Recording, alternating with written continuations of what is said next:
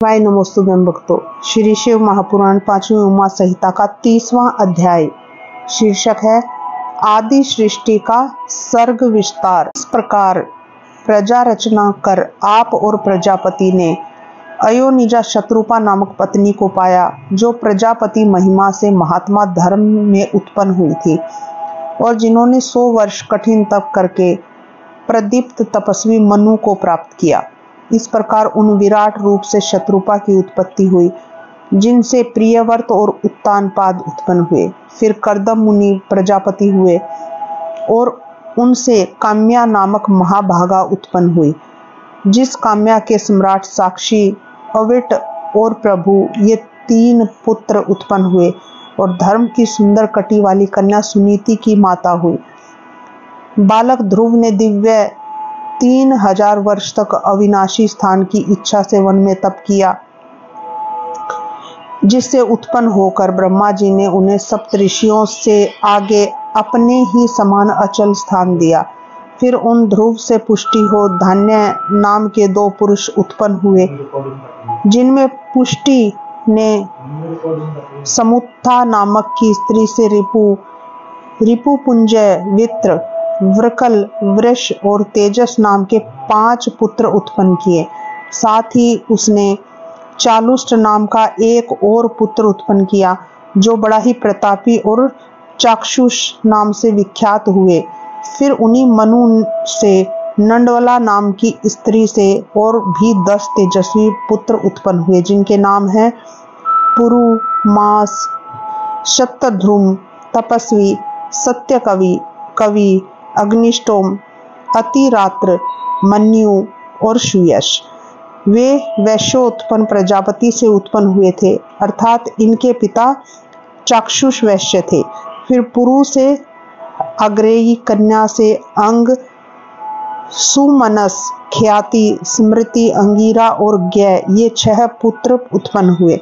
फिर अंग से सुनीता नामक एक स्त्री ने वेन नामक पुत्र को उत्पन्न किया, जिसके दुराचार से संतप्त होकर ऋषियों ने अपनी हुंकार से उसे मार दिया।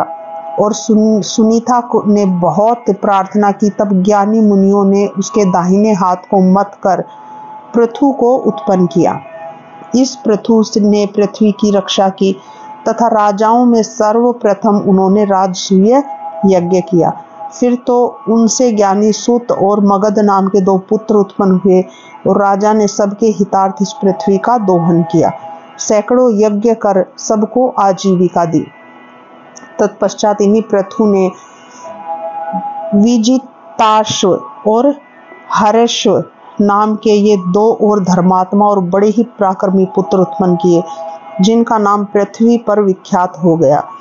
इतने में उधर शिखंडिनियों ने प्राचीन बृहषी पुत्र को उत्पन्न किया और जिसके प्राचीन नाग्र कुशा नाम वाले पुत्र उत्पन्न हुए, तथा जिन्होंने समुद्र की पुत्री से विवाह कर महाप्रभु की पदवी पाई और अत्यंत शोभित हुए।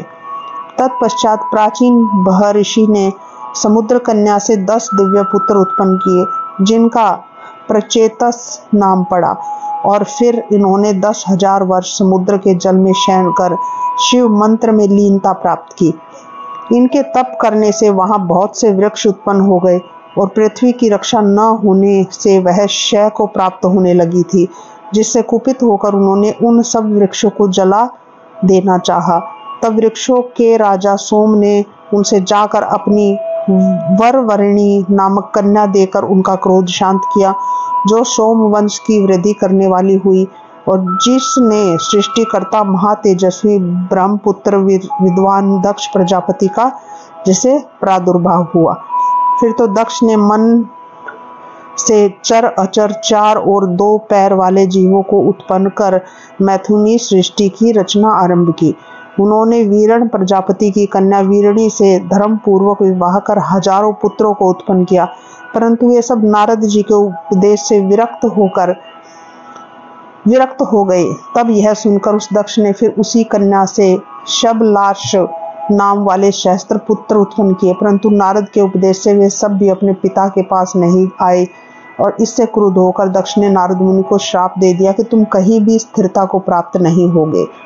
तत्पश्चात दक्ष ने अपने गुणों से महाज्वाला स्वरूपिणी बहुत सी स्त्रियों को उत्पन्न किया, जिनमें से उन्होंने 10 धर्म को, 13 कश्यप को, ऐसे ही 2 ब्रह्मा के पुत्र को तथा 2 अंगिरा को, 2 कृशाश्व को और 27 कन्याएं श्रेष्ठ चंद्रमा को प्रदान की, जिनसे बहुत से देवता और असुर उत्पन्न हुए तथा संसार भर गया।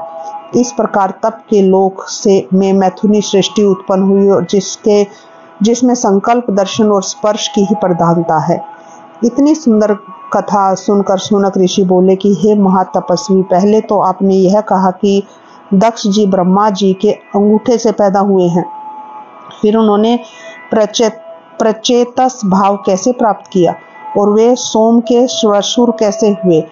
सूत जी ने कहा, हे मुनीश्वर, प्राणियों की उत्पत्ति और निषेध तो नित्य होता रहता है, अतः प्रत्येक काल में ये संपूर्ण मुनि और दक्ष आदि होते रहते हैं। दक्ष प्रजापति के इस सचराचर सृष्टि को जानने वाला संतान युक्त, आयु से पूर्ण हो, स्वर्ग के का भागी होता है।